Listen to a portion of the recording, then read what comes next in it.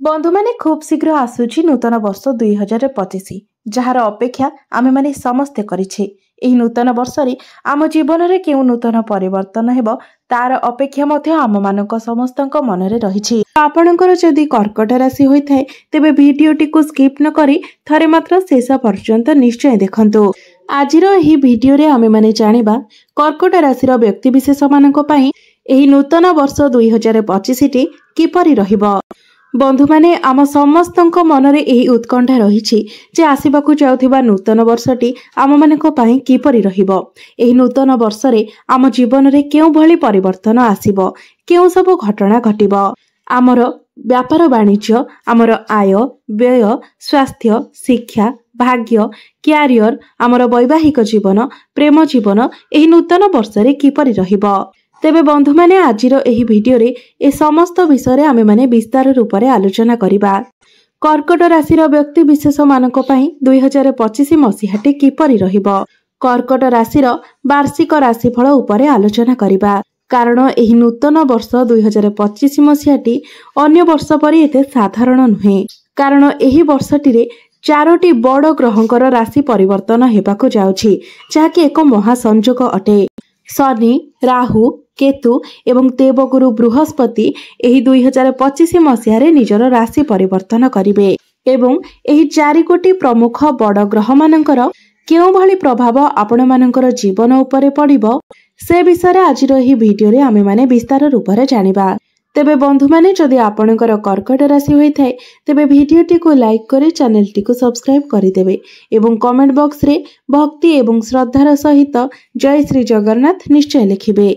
तेबे बंधु माने कर्कट राशिर व्यक्ति विशेष मानक पई आसीबाकु जाउथिबा एही नूतन वर्ष 2025 अत्यंत ही शुभ रहिबाकु जाउछि, कारण शनि, राहु एवं केतु एवं बृहस्पतिंकर शुभ दृष्टि आपणक उपरे पड़िबाकु जाउछि। तेबे बंधु माने एही वर्ष जो महासंयोग घटिबाकु जाउछि ताहा अन्य वर्ष गुड़िकरे होई न थाए, कारण शनिदेव प्रति 2.5 वर्ष रे थरे निजर राशि परिवर्तन करिथांती। राहु एवं केतु प्रति 1.5 वर्ष रे निजर राशि परिवर्तन करिथांती एवं देवगुरु बृहस्पति प्रति 1 मास रे निजर राशि परिवर्तन करिथांती। तेबे एही वर्ष एही चारोटी ग्रहंकर राशि परिवर्तन हेबाकु जाउछि। तेबे एही चारोटी बड़ ग्रहकर राशि परिवर्तनर प्रभाव आपणक जीवन उपरे केउ भली भाबरे पड़िबो।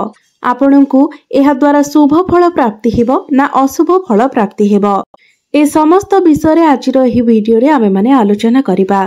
तेबे ता पूर्वरु सर्वप्रथमे आसंतु आमे माने जानि नेबा नुआ वर्षर आरंभ रे ग्रह मानकर गोचर स्थिति किपरि रहिबो। तेबे नुआ वर्ष आरंभर प्रथम 4 मास देवगुरु बृहस्पति आपणकर वृष राशि रे रहिबे, आपणकर एकादश भावरे रहिबे एवं 15 मई 2025 को बृहस्पति आपणकर द्वादश भाव को चलन करिवे। शनि 29 मार्च 2025 रे मीन राशि को गोचर करिवे, आपणकर नवम भावरे गोचर करिवे। राहु 19 मई 2025 रे कुंभ राशि रे गोचर करिवे, आपणकर अष्टम भावरे गोचर करिवे एवं केतु सिंह राशि रे आपणकर द्वितीय भावरे गोचर करिवे। बंधु माने शनिदेव हेउचंती कर्म फलदाता, न्यायदाता। शनिदेवंकु न्यायर देवता कहा जाय थाए एवं देवगुरु बृहस्पति आशीर्वाद प्रदान करिथांती। तेणु वर्षर आरंभर 4 मास आपणक पई अत्यंत ही शुभमय रहिबो। विवाह एवं संतान पाई मध्य जोग बनुअछि। जो मानकर विवाह होई पारु नथिला एही नूतन वर्ष 2025 रे सेमानकर विवाह होई पारे। आपणक पई विवाह प्रस्ताव आसी पारे। जो माने संतानर कामना करिथिले सेमाननको संतान सुख मध्य प्राप्ति हेबो।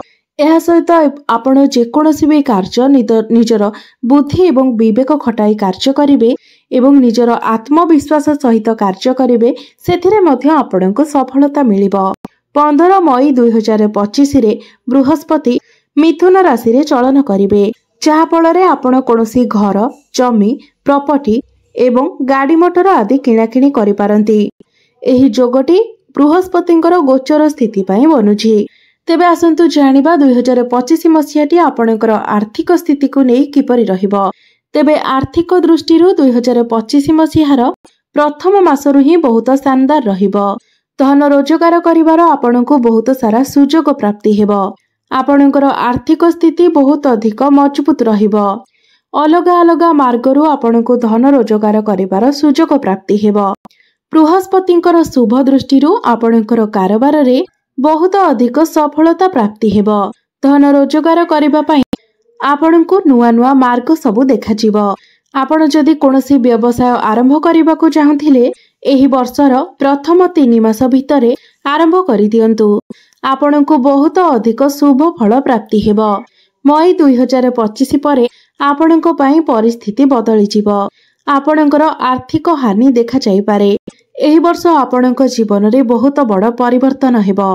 एही आशा आपण मन भितरे रखंतु नाही, कारण बृहस्पति कर्कट राशि पई अशुभ स्थिति रे रहिबे, मात्र शुभ दृष्टि रे देखिबे। शनि एवं राहु मध्य आपणको पई अशुभ स्थिति रे रहिबे। केवल आपणकर शनि महादशाटी समाप्त होइजिबो। आपणकर शनि अढेई समाप्त होइजिबो। शनि दशार बोझ आपणको मुंड उपरु ओल्हेइजिबो।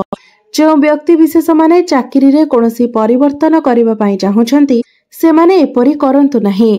सबु दिग को देखि चाहि बुझी विचारी आपण डिसिजन नियंतु। वर्षर मध्य भागरू आर्थिक स्थिति रे सुधार आसीबो। अक्टोबर ठारू आपणको शुभ फल मिलिबो। जदि आपण कोनोसी बिजनेस करूछंती तो पार्टनरशिप बिजनेस अपेक्षा आपण जदि निज गोड़रे ठिया होई बिजनेस करंती तेबे ताहा आपणको पई अधिक भल रहिबो। व्यवसाय रे भल लाभ मिलिबार आपण आशा रखि पारंती एवं आपण जदि कोनोसी करज करिथिले एही वर्ष सेथिरु आपणको मुक्ति मिलि जिवो। एही वर्ष आपण समस्त करज सुझिबारे समर्थ होइबे। जदि आपण कोनोसी बड़ धरणर इन्वेस्ट करिबा पई इच्छा रखिछंती तेबे ताहाको आपण स्थगित रखंतु, कारण एथिपाई समय आपणको पई अनुकूल नहे।